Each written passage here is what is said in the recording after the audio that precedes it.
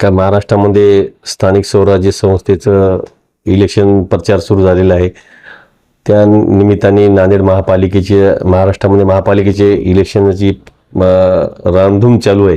त्याच्यामुळे तसेच नांदेड महापालिकेच्या सुद्धा इलेक्शन निवडणुकीचं रामधूम चालू आहे. त्याच्यामुळं जे आज कालच आम्ही महायुतीची जे बैठक झालेली त्याची सुद्धा 5 समितीचे सदस्य होते. समिती आम्ही सुद्धा निवड केलेली, त्यांनी सुद्धा निवड केलेली आहे महायुतीच्या चर्चा करण्याबाबत. त्याच्यामुळं काल सकारात्मक चर्चा झालेली. येणाऱ्या काळात तुम्ही जागा किती मागितल्या, शिवसेनेने किती जागा मागितल्या? जसं मागच्या 95 पासून 60चा फॉर्म्युला आहे, 60-40चा, तसं आम्ही प्रस्ताव पाठवलेला आहे. आणि जिथं स्थानिक आमदार असतो, स्थानिक प्राबल्य असतं, ताकद असते, त्याचे 60% आहे आणि 40% जे सत्तेमधल्या पक्षाने घेण्यात यावं असं आहे फॉर्म्युला. त्याने स्वीकार केला का भाजपाने तो फॉर्म्युला? आता स्वीकारतील न स्वीकारतील त्याचं हे आता चर्चा चालू आहे. येणाऱ्या काळात चर्चा चालूच राहणार आहे. याच्यावर 100% काही ना काही तोडगा निघेल. तसं तुम्ही म्हणलं तसं ठीक आहे.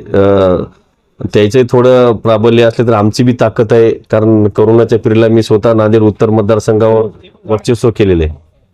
सांगा, ठीक आहे, 60-40चा फॉर्म्युला ठरला, परंतु तुम्हाला अपेक्षित जागा किती? भाजपने तुम्हाला किती जागा असणार? हे बघा, कालच हिवाळी अधिवेशनामध्ये सांगितले की मीटिंग झालेली आहे आमची शिंदे साहेब, फडणवीस साहेबाची, मुख्यमंत्री साहेबाची, उपमुख्यमंत्री साहेबाची, की महाराष्ट्रामध्ये आपल्याला महायुतीमध्ये लढायचं आहे.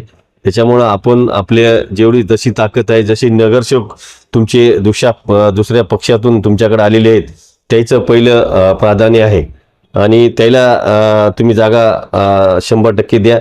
तसेच जे महायुतीचा फॉर्म्युला म्हणलं तसं की फॉर्म्युला त्याचा असला तरी आमचा प्रस्ताव दिला, त्याचा प्रस्ताव दिलेला आहे. काल बैठकीमध्ये सकारात्मक चर्चा झालेली. येणाऱ्या काळामध्ये काही दिवसात बैठका होतील, तोडगा निघण्याचा प्रयत्न करणार आहे. नगर परिषदेच्या ज्या निवडणुका झाल्या मागच्या, त्यावेळेला तुम्ही तुमचे दोन्ही आमदार 3 जिल्हाध्यक्ष जाऊन अशोक चव्हाणांना भेटले होते, परंतु त्यांनी युती केली नव्हती. तर मुख्य महापालिकेला करतील.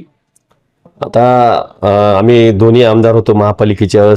दोन्ही आमदारला आम्ही स्वतः होतो. मी त्यावेळेस आम्ही थोडा उशीर झाल्यामुळं, जरासं लेट झाल्यामुळं, अगोदरपासून जर सकारात्मक चर्चा राहत बैठका झाल्या असल्या तर काही ना काही तोडगा निघाला असता. मात्र ठीक आहे, आता वेळ गेली, म्हणजे वेळ झाली. आता वेळेपेक्षा अगोदर आपण चर्चा चालू आहे. त्याच्यामुळे 100% तोडगा निघण्याचा प्रयत्न होईल, निघेल. आपलं हे काय हेमंत पाटील म्हणाले होते की अशोक चव्हाण युती करणार नाही, असा माझा अनुभव आहे.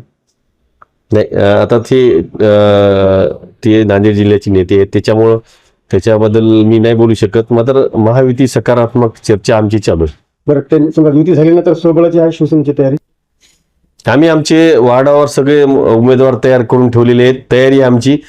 तसं प्रचारला सुद्धा काम चालू आहे त्याचं. 100% युती तर होण्याचा प्रयत्न आम्ही 100% प्रयत्न करणार आहे. सर्व जनतेचं बी मन आहे महायुतीमध्ये लढा. मग त्याच्यामुळं सगळ्याचं हे करून आम्ही महायुतीमध्ये लढणार आहे. नाही झालं तर आम्ही आमचं प्राबल्य, आम्ही आमचं शिवसेनेची ताकद, आमचं शिवसेनेचं काम, महाराष्ट्र राज्याचे जे उपमुख्यमंत्री शिंदे साहेबांनी जे मागच्या वेळेस जेवढा निधी दिलेला आहे आम्हाला, 3,500 कोटी रुपये या नांदेड शहरासाठी, ड्रेनेजसाठी, वॉटर सप्लायसाठी, मोठमोठे प्रोजेक्ट माझ्या पाठपुरावानं या शहरामध्ये आलेले आहेत. रस्त्याचे कामं, कृषी महाविद्यालयासारखी, दवाखान्यासारखी कामं या नांदेड शहरावर मुख्यमंत्री असताना असे कामं झालेली. त्याच्यामुळे 100% शिवसेनेच्या पाठीशी नांदेडची जनता राहील याची मला जनतेवर विश्वास आहे.